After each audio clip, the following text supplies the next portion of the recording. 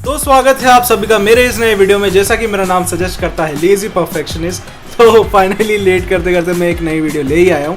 Actually में ये video last video की कंटिन्यूटी में ही है, जहाँ पर बीच में मैंने आपको बताया था कि एक दिन हम स्किप करके जो है अयोध्या के लिए एक ट्रिप पे गए थे। तो आज हम उसी ट्रिप के बारे में बात करेंगे एंड आई शेयर कि मेरा अयोध्या ट्रिप कैसा रहा। तो देर किस बात की, चलिए आरंभ करते हैं।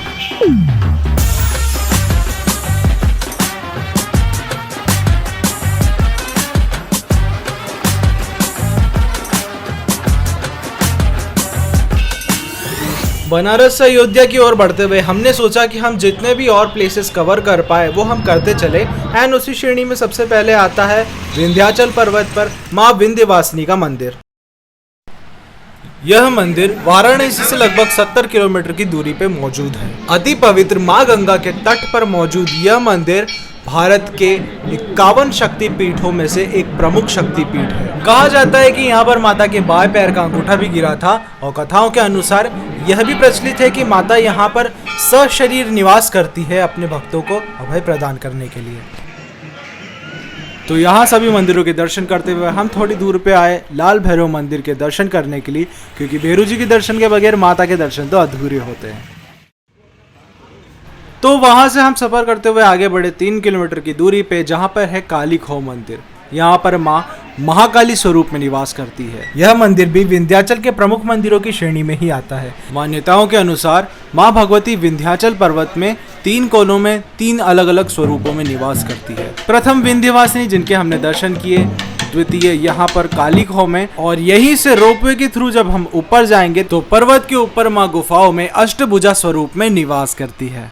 यह मंदिर प्राचीन होने के साथ साथ अद्भुत भी है, क्योंकि पहाड़ों के ऊपर बीच गुफाओं में यहाँ पर माता विराजमान है और ऊपर से ही देखने पर हमें अति पवित्र माँ गंगा के भी बड़े प्यारे और मनमोहक दर्शन भी होते हैं। तो यहाँ दर्शन करते करते हमें शाम हो चली और यहाँ से हमारा अगला पड़ाव था प्रयागराज। पर शाम हो जाने के कारण जब तक हम प्रयागराज पहुँचे ज़्यादा कुछ हम आनंद ले ही नहीं पाए। पर माँ गंगा की कृपा से हमें कम से कम संगम आरती के दर्शन तो हो ही गए, जिसका पुण्य प्राप्त करके हम कृतार्थ हो गए। और हमारे पास जैसे कि एक ही दिन था ट्रिप के लिए, तो अगले दिन हमें अयोध्या भी दर्शन करना था। तो यहाँ से ही हम आरती का आनंद लेने के बाद माँ गंगा के हाथ जोड़ते हुए आगे बढ़ चले अपने ट्रिप पर टू अयोध्या, जहां हम रात में पहुंचे। और रात भर आराम करने के बाद अर्ली मॉर्निंग जब हम उठे तो आप विश्वास नहीं करेंगे कि किन्होंने हमारा स्वागत किया। जी हाँ, वानर सेना ने। मतलब यहाँ पर इतने वानर है कि लोगों को अपनी डिश टीवी तक जो है ढक के रखना पड़ती है। तो वानर सेना को प्रणाम करते हुए हम बढ़ चले हमारे सफर की ओर, जहाँ हमें करना था अयोध्या दर्शन। और हमें एक गाइड भी मिले जो हमें सबसे पहले लेके गए श्री सरयू नदी के तट पर, जहाँ राजा दशरथ ने पुत्र प्राप्ति के लिए यज्ञ भी किया था और यहीं पर श्री राम ने अपनी जल समाधि भी ली थी। सरयू नदी का अपना एक अलग ही महत्व है। तो हम भी घाट पर घूमते हुए सभी नज़ारों का आनंद लेने लगे।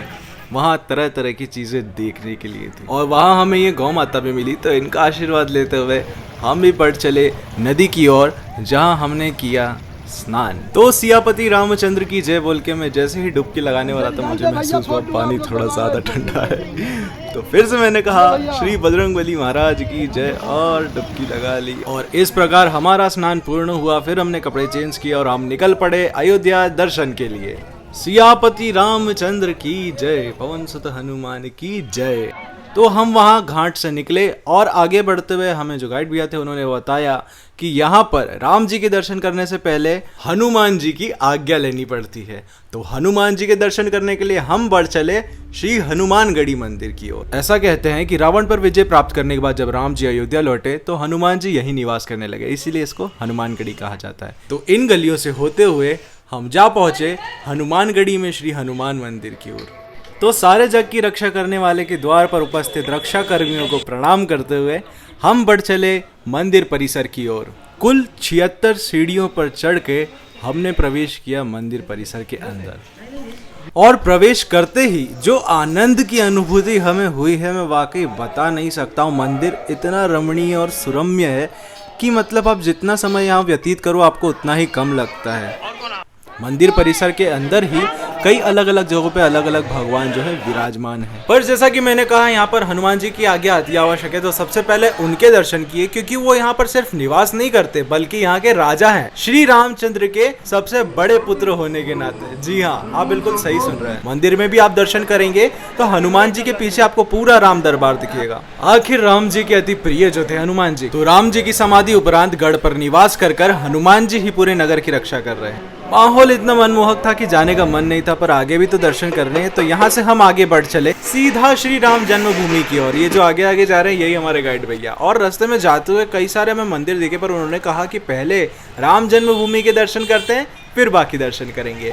तो ये जो रास्ता आप देख रहे हैं ये सीधा राम जन्मभूमि की ओर जाता है। सिक्योरिटी रीजंस के कारण यहाँ से भी आगे फोन अलाउड नहीं था, पर मैंने जैसे तैसे कोशिश की है थोड़ा बहुत जो है मैं कैप्चर कर पाऊँ। यहाँ से आगे आप देख पा रहे हैं, जी हाँ, वहीं पर श्री राम मंदिर निर्माणाधीन है। तो बड़े प्यारे और मनमोहक रामलला के दर्शन करते हुए जब हम लौट रहे थे तो मुझे ये अति सुंदर राम दरबार की मूर्ति मिली, जिसे मैं कैप्चर करने से अपने आप को रोक नहीं पाया।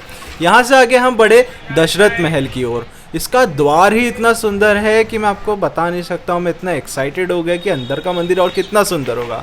तो बिना वक्त जाया करे हम अंदर की ओर बढ़े। मंदिर प्रांगण में वातावरण बड़ा ही शांत और सुगम था। कहा जाता है त्रेता युग में राजा दशरथ यहाँ पर अपने रिश्तेदारों के साथ निवास करते थे। वर्तमान में यह स्थान मंदिर रूप में स्थापित है, जहाँ पर सीता राम लक्ष्मण विराजमान है। इस मंदिर का कई बार जीर्णोद्धार हो चुका है। भिन्न प्रकार की वास्तुकला से सुशोभित यह दशरथ महल वाकई में एक महल की जैसे शोभा पाता है। और फिर यहाँ हमने दर्शन किए बड़े प्यारे राम दरबार के। यहाँ पर श्री राम श्वेत और श्याम दो अलग अलग स्वरूपों में विराजमान है।